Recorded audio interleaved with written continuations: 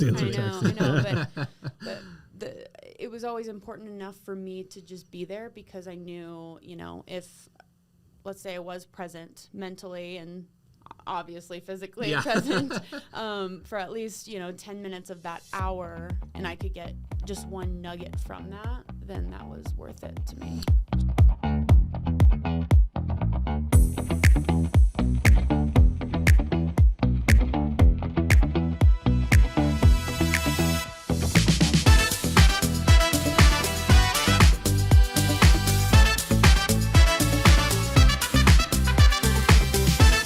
Welcome to another podcast. I have two great guests with me here. We are shooting in the 719 Lending Studios here downtown Colorado Springs. And as always, we want to bring value. We're going to cut to it, get rid of the hype, get rid of the fluff, and find out what does it take to succeed in real estate today. So with me, I have Jonathon Dickey. And Jonathon, where do you work? Keller Williams Premiere. Keller Williams Premiere. And how about you, Jordan? Jordan Cassalia. And I also work at Keller Williams Premiere. And Cool. she was the Rookie of the Year for 2022. Rookie of the Year. So you did more. You did more. You You're did more. welcome. Yeah. It's not on your name tag. I don't see Jordan, Rookie of the Year. Gotcha. Well, today what we want to do is we really want to find out, obviously, what makes you you. What who you are in real estate, but more importantly, not more importantly. I just shouldn't have said that. As important. What does it take to succeed in real estate right now? Right? Like what is that? So I'm just going to kind of open it up and just ask if you had to answer that. If somebody pops in and says, "Hey, what does it take to succeed in real estate?" How would you? Let's start with Jonathon. How would you answer that question? Yeah, absolutely. So I'm in charge of new agent recruiting in our office. So I really tell new agents who are starting, I'm like, if you can do these three things, you will be successful. First one is get 200 people in your database. Whether that be, we use KW Command at Keller Williams. That's your CRM. CRM, yeah, Okay. Customer Relationship Management. And then figure out some type of follow-up plan with that. Okay. So, and you can do that any brokerage, doesn't matter. So how many did you say you need? 200? 200. So Okay. on average, Keller Williams has 180,000 agents. They've surveyed them all. We have access to all the data. On average, if you get over 200 people in your database, $119,510 is what those agents make. Wow. So if you have 200 in your database. 200 plus. 200 to 1,000. Okay. So you have to hit that 200 mark, though. Yeah. I hit that 200 mark. That's your threshold. You hit 200. So you get people in your database, and we'll explore that just a little bit. Yep. But you said there's three things. So the other thing, get your phone to ring some way, somehow. So here we use OpCity, Ojo, if you're part of our brokerage, and you can use them anywhere. Mm-hmm. Get some free real estate conversations with complete strangers. So what you're saying is don't go on and get a life insurance quote when you get 90 calls. Exactly. That doesn't count. These are actual real estate conversations. Yeah, real estate conversations, Gotcha. and you don't pay until it closes. Okay. So don't go spend $10,000 on the latest, greatest. So these So the next shiny object, right? Right. So these are in, just so we're clear for everybody listening. It is you're going to give OpCity or whatever these other ones are. Mm-hmm. You're going to have a lead that comes over to you that you didn't pay for. Correct. And then as soon as that closes, they're getting a percentage of that. Is that accurate? Exactly. Okay. So, and then the third thing, which I think might be more important than both of those, is show up for trainings and show up in the office and treat it like a job. Like Jordan, Rookie of the Year, she's at like 95% of our trainings, I'm pretty sure. She's at a lot. Yeah, I try to get into the brokerage and around other real estate professionals as much as possible because, you can know a ton about your specific sphere and what's working for you, but at the end of the day, you're always going to learn something new because everyone's doing stuff a little different. Yeah. So how many trainings does that come to in a week? Because most people start real estate. There's 5,000 agents in our town, and there's about 1,000 transactions in a month, right? Right. Now there's a buy side and a list side, so that's possibly, it's still less than half of the people are getting even one transaction in a month. Mm-hmm. So how many times are you going in a week to some form of training, and are all these provided by your brokerage, or are you going to other trainings? So there was a period of time where pretty much anything that was on the training calendar specifically for Keller Williams Premiere, or the Colorado Springs downtown location. If there was a training on the calendar, I was going. So for a little bit, that was like 3 times a week, 2 times a week sometimes. And people love to, make excuses, but I was busy and I was still making time for it.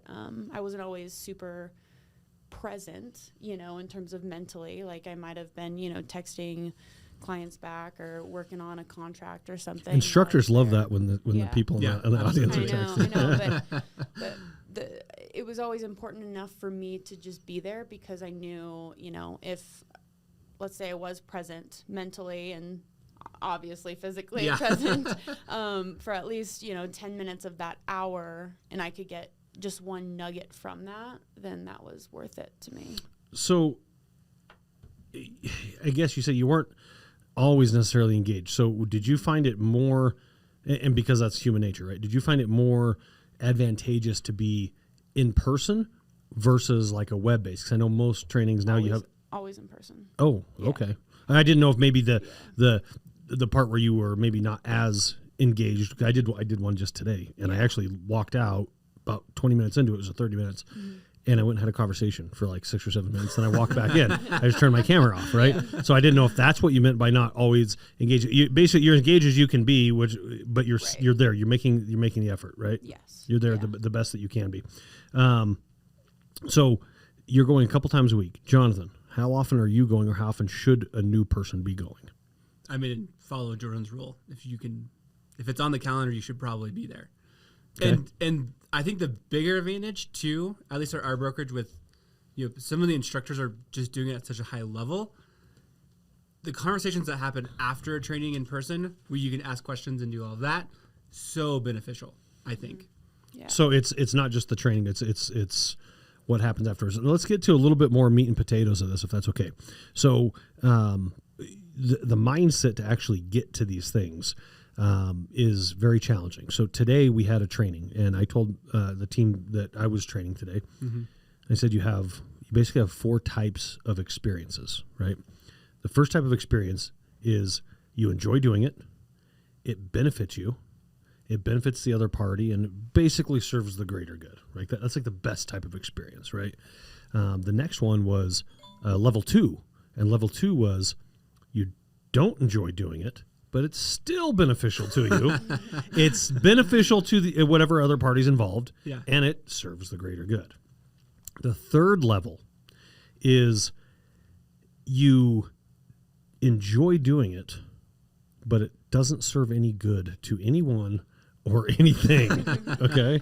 And the last one is the most ridiculous, and this is more over the top, is level 4 is you don't enjoy doing it, and it doesn't serve any good. Right? So why are you doing this? So here's the trick that I would pose to real estate agents in this situation is if it's good, meaning you are going to benefit. So is there a value in you attending these trainings? Is there a value for everybody? Does everybody collectively get better, right? And do your clients get a better level of service from you because you heard that one other nugget that helped you elevate your negotiations or whatever, right? So how do you take that level 2 experience and turn that into a level 1 experience, meaning level 2, everybody's benefiting, but you don't really, not really priority, you don't necessarily like doing it. Level 1 is you like doing it. So there's a switch in there somewhere that changes it to a level 1. And that's when you find joy and fulfillment in your actual job. And I think that is a huge part that a lot of people miss in this industry. I've been around this industry for several decades, right? And I'm almost said victim. Guilty is that I'm just as guilty as anybody else. And I don't know if you guys have run across that where it's like, it's a good thing to do. Everybody benefits, but your brain tells you this is not beneficial. Maybe it's making calls. Maybe it's attending a sales meeting. And usually we find something important.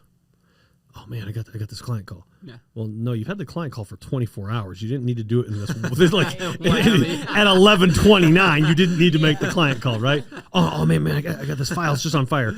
It's been on fire for a 2 while, weeks. yeah. It ain't going to get extinguished in the next 30 minutes, right? So how would you guys answer that to a new real estate agent? Let's talk about new real estate agents, or even existing real estate agent, right? How do you change that to a level 1 experience? You know that it's the right thing to do, but you just don't. You just your mindset's in the wrong place. I'll let Jordan go first on that one. Oh my gosh. So this is something that I would say I battle with a lot. Because you're human. Yeah, right. I mean, I really struggle with things that aren't exciting, things that are, you know, what I would consider routine, and so anything in front of the computer. It generally fills that role, that category. So Monotony and pain. yes, exactly. It's not exciting. I'm not seeing new homes. I'm not talking. There's no face. Well, you got into real estate for a reason. Right, You watched exactly. HGTV, you saw some shows, and you thought to yourself, I "This can is do it. this, no problem. Hey, if that guy can do it, I can do it." Where's the camera, right? Yeah, and so actually, what was it? Last week, maybe this week, that I literally got an office. Got an office in our office. Yeah, in the brokerage, and I mean, all week I've been actually pretty productive in terms of getting tasks done that I don't normally enjoy doing, and I think that's really because I'm around people who are also making calls, who are also doing things. Yeah. I hear everyone, you know, Tick, tick, tick, tick, typing and doing stuff. So I'm like, oh shoot, like, you know, if I'm not doing this, like. There's always something to do in real estate, right? Absolutely. There's always something to do. And if you, and I've found myself do this from time to time, is I'll be full of adrenaline doing something exciting, right? And it could go on for a week, but then all of a sudden the task is done. And I'm like, oh, okay, what am I supposed to do now? But there's, but so you need to have those longer term goals. You need to have those like for us, I look at real estate on the mortgage side of real estate as a 90 to 120 day cycle. So my actions today are dictating my business in 90 to 120 days. Right. So if I'm hungry today, it means that 3-4 months ago you didn't do your job. Exactly. Yep. And so here's the way I look at it is how many closings in Colorado Springs happen every single day, and how many people outworked me, out-hustled me, out-focused me 90 days ago. Am I going to let that happen again? Yeah. Hell no, I'm not going to let that happen again. Ain't going to happen, right? I will outwork, I will out-hustle, and that's all there's to it. So you have to be smart about what you're doing, though, because we also get into that perpetual, you know, I call it the perpetual rocking chair. It's like you're steadily occupied, you're going nowhere. You're like, well, I'm busy, man, I'm busy. Yeah. Right? And I think the thing that I found over the last, about 2 months ago, I hired a virtual assistant to take some of that really boring stuff off of my plate, like uploading leads and making sure they're on my database and like tagged correctly. And so having like a little bit of help with the really boring stuff. Yeah. Because if you're like me, I only want to be around people. Yeah. So if the task is not around people, it's probably not going to get done. So having someone or some system in place where you take care of the things that aren't fun to you, so that you can go to the trainings and do other stuff, and you're not bogged down. So one thing about that, what I see with real estate agents is, and this is what I try to remember this, is what you do in the beginning. Like, take any business, right? Any business that you start. What I do in the beginning of business isn't necessarily the same thing I'm going to be doing at a different stage in my business. Right. So my stages will progress and mature. Yep. So you may look at a top producer and be like, oh man, he only works 4 hours a day. That's what I'm going to do. Well, but you should have saw what he did 12 years ago. And when he was up till midnight writing a contract, and then he realized he screwed the contract up and he already sent it. You laugh. I've never screwed a contract up, Tim. Yeah, definitely not me. Yeah. So that kind of leads me to a quick question for each of you. Right now, each of you are having some success. You've been doing real estate for a while. What are you doing different now that you know? Did I already mention Rookie of the Year? Yeah. Well, she's no longer a rookie. She's a seasoned vet now. No, right? Sophomore year, baby. Yeah, I know, right? No sophomore slumps here. Yeah, exactly. Yep. So, what is there anything you're doing different now that you're allowed to do now that in the beginning was just different for you? Like you had to do it different in the beginning. Does that kind of make sense? What actions are different for you? I feel like I know that everything I did the first, like, I would say 6 months, I started with a team. Okay. So then I transitioned to a solo agent. And the first 6 months, really, as a solo agent, I was terrified because I was like, where's the next deal coming from? Right. You know, and I was producing and I had a lot going on, but That can cause a lot of drive. right. Yeah. But I was working scared, you know? Yeah, right. And so now the biggest thing for me is, okay, understanding like consistency and, that, you know, I know what tasks that actually drive business, and work for me specifically.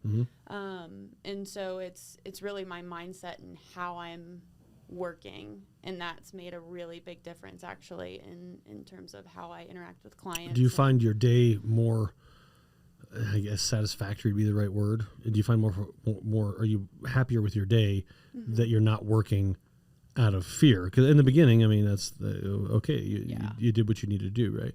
And so right now, do you feel like the end of your day when you go home, you have more peace and comfort? Yeah. Do you think it would have made a difference in your career if you would have hit that switch earlier? Like, would you have had less closings and less success if you were more relaxed, or would it have just been better if you were more relaxed earlier? I think it just would have been better, because a lot of that stress that I had and that anxiety, I think, caused me to miss certain things and make mistakes. Yeah. And so I think it would have been better for my business just in terms of how I treated clients during that time. Yeah. But I find that when you approach a client, in any sales, particularly our sales, but you approach a client and you almost have new agents do this a lot. Almost not desperation is the wrong word, but like, what can I do to win this? Like you're my client for life, and they hear all these things in their heads, right? Or that they hear in class of like, and then it doesn't close, and they're like, what did I do? Oh my gosh, they hate me. They don't like me. Oh my. Well, and then after a while, you start, and this is something that for me, being brand new, I would have loved to been able to do this, but I was my maturity level wasn't there. 20 plus years ago in this industry, is like, I don't care. Like sometimes it doesn't work. It's okay. Right. Sometimes they're going to go with their brother or their friend or their George was just telling us about that. Yeah. But even though, you can deliver better experience, right? And it's not, you're not a commodity. It's not based off of price. Now you do need to be competitive. You can't jump in and say, I charge 42 points to do a deal, right? Yeah. Well, you seem to be priced a little high, Jonathan. I'm worth every penny. 10% actually on the listing side. Exactly. So, well, that's good. So just the mindset of that. Jonathan, anything you want to throw in on that? Yeah, I would say, to go on that point, I have a coach, and sometimes I'll record phone calls and send it to that coach. So I sent him a phone call today, and he texts back, and he's like, if Jesus would have called that person, there's no way she was buying or selling real estate. And you're like, all right, I'm fine. Like, I was like, I've named it like Jonathon fail. He's like, you didn't fail. That person just wasn't buying or selling. Yeah, and it's okay, right? And it's okay. It's good to have that reminder too. Yeah, because sometimes it's like, it doesn't matter what, at least for me, it's like, if I would have used better words or better language there. But see, their actions would have been different. But that's a professional sales mindset, and that's a great mindset, because when when you can look at that and say, what can I learn from this versus, I'm terrible. Instead, you just say, okay, look, maybe I butchered that phone call. Maybe I wasn't on point, right? Yeah. Maybe I was thinking about peanut butter and something else. I don't know what I was thinking about, but I didn't deliver the level of experience they expected. Well, now you can self-examine that, right? Yeah. Okay, so now here's a quick question, Colorado Springs level question. Okay. Are either of you natives? No. Okay. There's one native in the house here. Where are you from, Jordan? Omaha, Nebraska. Nebraska. Yeah, I got two Nebraska loan officers in there, actually. Go Big Red. Yeah. That's they're pretty passionate about it. It's kind of interesting, even though they're terrible at football. Right.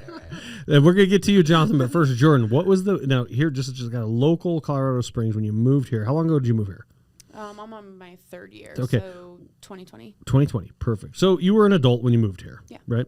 What was the I guess biggest shock to you, like culturally, society, the city, the mountains? Like, what was like that you didn't expect Colorado Springs to be like when you moved here? Or is it exactly the way you dreamed of it as a little girl? So I grew up, in Omaha, Nebraska, and I played soccer, and so I was able to travel out here. I was pretty blessed and play out here a little bit, just in high school and stuff. So I'm military, so like I was expecting it to be exactly what it is in Colorado, which I'm going to bring politics into it. Yeah. So blue state, Yeah.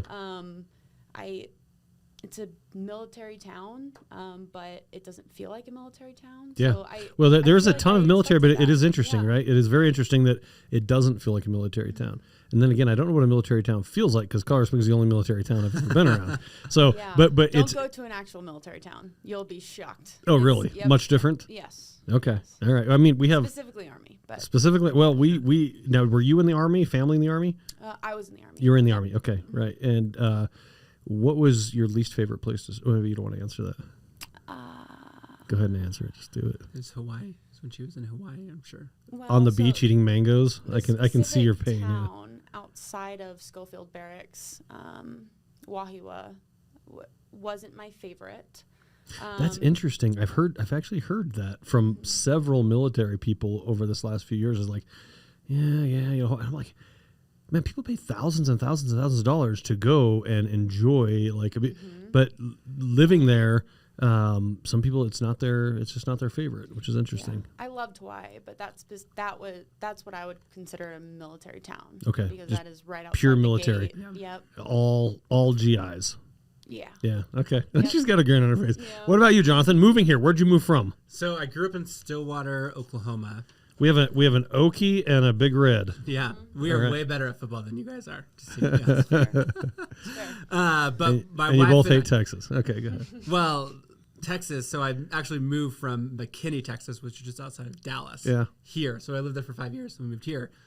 The biggest shock living in Dallas, their food so much better. Oh, really? Restaurants So our food sucks here. terrible. Really? This has gotten better. You're drinking an organic juice right now. This is great, but I'll second that. Yeah. Really? Yeah. yeah. Wow. Name like a really amazing restaurant here. Taco Bell. No, it's not. At 3 a.m. You know. Waffle House. I don't know. Everyone in this town is high. T-shirt. Yeah. Yeah. Yeah. I mean, I don't know, man. I enjoy a lot of food here. That's yeah. I just had a breakfast burrito from Dos. They put like tater tots and avocados in it. It's really Dos good. is new, and actually that's Denver money coming down. Oh, okay. So that's not. Gotcha. Yeah. Okay. So the food was terrible here. And just restaurants. Like Okay. Like what do you mean? it's gotten better. What do you mean? Give me an example of your experience at a restaurant here versus experience of a restaurant in Dallas or Nebraska or whatever. Okay. So Dallas, like every restaurant you go, not everyone. If it's like, let's say an upper tier ish restaurant. Yeah. Meaning like more than $20 a plate. Okay. The food's gonna be like, wow, and the portion's gonna be gigantic. Okay. And you're gonna walk away like completely stuffed and like, that was amazing. How's the service? Incredible. Really? And there's good service here. Okay. So it's not the service. It's not the service. It's just Okay. not as good of food. Really? It's just What not are you as- talking? Chain restaurants or local restaurants? local restaurants. Okay. It's gotten Gotcha. better in the 4 years since I've moved here. Okay. But when We've gotten a little more a culture. little better, yeah. White pies. When I was like a decent when I was pizza a restaurant. when I was a kid. Denver. That's Denver. Denver. That is Denver's Denver. Yeah, better. Denver Biscuit Company came down here. Yeah, and that was is that the White Pie place or is it? It's right around that same area. No, it's different. White pies is its Yeah. own, and then Yeah. there's you're thinking of that really big fat Soli's. Yeah. Yep. Not That's a huge okay fan of pizza that. too. That's okay. Yeah. I actually, this is going to show my Coloradoness. There is a pizza place inside of a hotel off Fillmore. Dude, you sent me a coupon to it. It is so. It was really good. Did you go there? Yeah, It's it actually was- good pizza. I was right? so confused because I was like, I ordered it online. You're like, why am I going to the Motel 8? Right? Funny. But it's good pizza, right? Okay. Yeah, Then it's there's a good. taco place downtown that's really good too, but I forget the name of it. There's a It's couple. expensive. It is. It's very expensive. Yeah. My For like, burrito today was like $8, and it was it's okay. Yeah, it was. I still think that's expensive. Just the food overall. Interesting. Restaurants. Okay. What would you change about the food here? The type of food, or the way it's cooked, the way it's prepared? This is also like a Texas thing. Okay. Like Tex-Mex. Yeah. It doesn't exist here. And Really? Tex-Mex is so good. Wow. I just miss Tex-Mex. That's all. What is Tex-Mex defined as? Do you put mango salsa on something or something, or what is that? Have you been to Texas? I usually drive around Texas and Okay, sift through it. Avoid it. You just have to try it. It's its own thing. So I Okay, can't all explain right, it. fair enough. And we got a couple minutes here, so we'll try to wrap it up with Sorry. with some food stuff. Okay, last question for both of you. If you were to be popped into a new city today, you don't know anybody. It's a good sized city. Let's call it 500,000, million, whatever. As a real estate agent, what are the absolute things that you are going to do? Very specifically. Don't just say I'm going to add people to my database. Don't just say I'm going to make calls. Don't just say I'm going to go to a class. Right. Very specifically, what are you going to do to make sure you win in real estate? Like super specific. Go for it. My thing. So I moved here in June of 2019. I got into real estate in functionally June of 2020. So I barely knew anyone here. I've been here for a year, and the 6 months I was here was shut down. Yeah. So I had to do this exact thing. I was like, what's the cheapest leads I can get? So I started running Facebook ads. Okay. For like local houses in the Springs, and like that's what I did to get like because functionally it doesn't matter what you're building a sphere.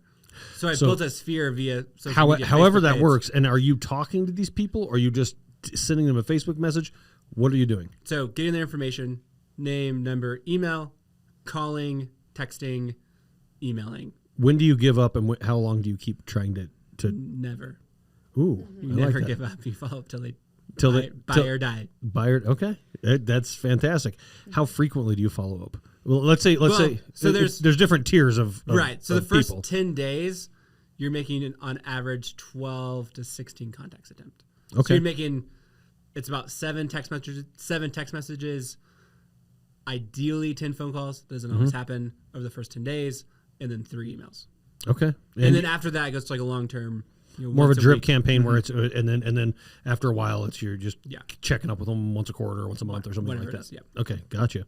Excellent. So have a plan, show up to work, and whatever you do, like that's why I was trying to be specific. However you build your sphere, whether it's at church, whether it's at the grocery store, or whether it's buying names and leads, you are in front of people and talking to people and getting to that 200 and not stopping that follow up. Right. Okay, Jordan, you want to add to that? Yeah. So first thing I would do is update all my, social media accounts to the new area, have super clean pages, super professional pages, and then I would talk with as many local business owners as possible, add them on social media, What do you mean by talk to them? like,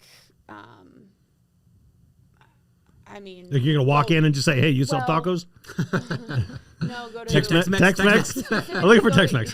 specifically going to like networking meetings where it's geared towards business owners. Right. I've gone to those meetings not necessarily intending to meet specific owners of different restaurants or whatever, but I've gone because I know that a lot of those people will know those people, right? Just get in with that crowd and then naturally just do your around thing. that. Exactly. So don't make it about real estate, but have that naturally come up. How long does it take to win in a new city? Meaning until you're making a living, just in real estate, no side jobs, just real estate. Is it a 6 month, a 1 year, a 3 month? What is it? Like if you're doing all the things that Jonathon said and that you said, if you're doing those things, 8 months to 12 months. Okay, Jonathon, if what do you you're think? like going hard at it. And Okay, to really get. Yes. Okay. And that's with I think being a little lucky, but if you're doing all the right things, One thing that's interesting that neither of you said was join a team. Right out of the gate. Well, we were both on teams right out of the gate. I would say join a team right out. Okay, so that is something that you would suggest to do. Join a team. Yeah, maybe. Maybe. I think, yeah. Well, keep in mind, you're brand new. You literally know nobody. You don't even know who you're going to sign up with to have your real estate license. You just pick somebody like, I don't know, Bob seems like a nice guy. I'm going to sign under him, right? Yeah. I think if you're not super outgoing, joining a team in a new city, even if you've already had real estate experience in another city, would be a good fit. But if you're not afraid to talk to people and get out there, I don't think you necessarily would need to. Yeah. It would probably make it easier. Yeah, and I think if you have to me, I can run the same play that I'm doing here functionally in any city now. Okay. So I have that system piece figured out. Yeah. If you're brand new to real estate, I think that's where the team's really, really beneficial. Is they can be like, here's a system on how we get leads. You plug into their system. You plug into their system, and then, I plugged into a system. I was like, oh, this is really helpful. And then I was like, oh, I can kind of do this on my own now, and then went out on my own. Okay. And so now I would feel confident going and doing that anywhere. Right, but you know the system. I know the system, and that's the trick. When I first started doing real estate and mortgages, I thought I signed up. A guy's like, oh, absolutely, I tell you exactly what to do. I said, dude, nobody's gonna outwork me. Like, you just tell me. You just tell me what to do. I don't care what. He's like, okay, here's what you do.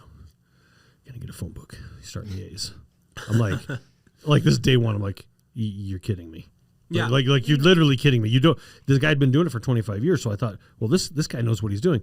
The problem was he's been doing it for 25 years. He didn't know how to build a business. Yep. He knew how to sustain his business. He already knew a million people. He already, it just like he would answer his phone. He's like, oh yeah, Mary, sure, I'll sell your house. I'm like, well, how did Mary call you? Oh, I've known her. Well, how did you know her? Yeah. How often do you talk to her? Like break this down for me, man. Right? And nobody's willing to do that. Nobody's able to do that. And the fact that you say that you have that, that's huge. Right. Right. And that's what we teach new agents, right? It's like, how do you get 200 people in your database? Okay, well, you can go door knock, you can do an open house, you can do any of these. It doesn't matter how you do it. Just get 200 people in there and communicate. Yeah. And then have people call you, where it's like, I don't have to go spend all the time, and I get to practice. My favorite thing is you get to go practice on someone where if you screw up, you didn't screw up with your best friend, right? You screwed up with a complete stranger. It didn't cost you anything. It's okay. Next lead, right? Yeah, next lead. Yeah. I messed that one up. Right. So there's a system on how to build your business effectively. I think it's very important to have those systems and those numbers. It's interesting that you threw those numbers at me. Just this morning, I was going through numbers. On average, if we are talking to our agents one time per, like our referral partners, one time per week, and they're doing at least 6 transactions a year, that individual, I will receive 2.5 referrals from them per month.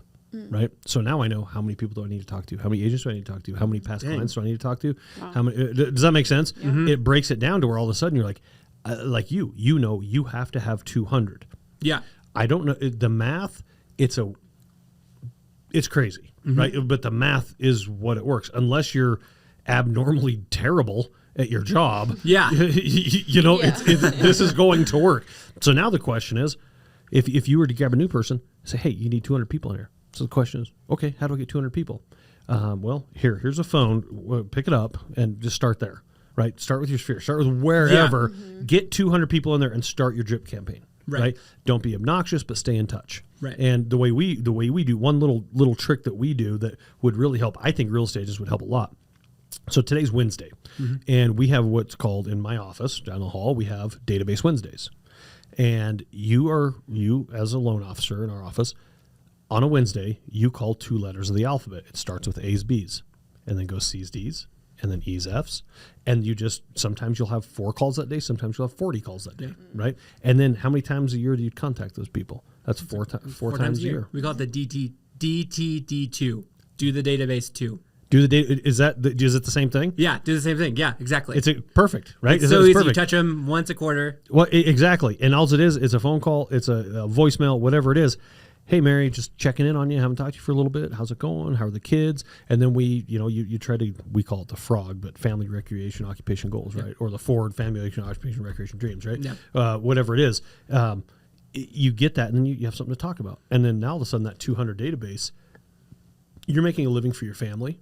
Yeah. You're providing phenomenal experience for your clients, and you're building, you're growing, and you're able to go to your kids' school events. You're able to go out. You're still able to do like functioning, and you're making like legitimate income. But it's weird, right? So people are like, what is this thing? Oh my gosh. What's it going to do? Yeah. Or we teach new agents like, hey, even just call your sphere and just be like, hey, XYZ person, how's it going? Blah, blah, blah. You can start off with this really simple, hey, I just got into real estate. my brokerage told me I had to do this. Can I get your email address really fast? Oh, great. Thank you. How's your family? And then just like make the awkward part, get it done, add that email address in there, and then add them to a drip campaign. That's get the awkward. I would like to see Jonathon on a first date if he wasn't married, right? Look, we're gonna get this out of the way. I'm gonna want to kiss before the end of the night, baby. And by the way, we're going Dutch on this dinner. Now that that's done, what do you like to do for fun? Yeah, it's like all the awkward's gone. All the awkward first, gone. It's like first 30 seconds. It's like, well, I know where this guy stands. Okay, hope I got $14 on me because that's why I call like online leads, and I'm like, you said you want to buy or sell. Like, you want to go right now? When you buying, selling? Yeah. What's the deal? Making a move in real estate? Come on. I appreciate you guys being on here. It was a lot of fun. Don't be strangers. Let's do it again. And thanks for providing value to everybody who wants to listen to it and be able to hear it. Sweet. Sweet. Thanks, guys. for having us. All right. See ya. Bye.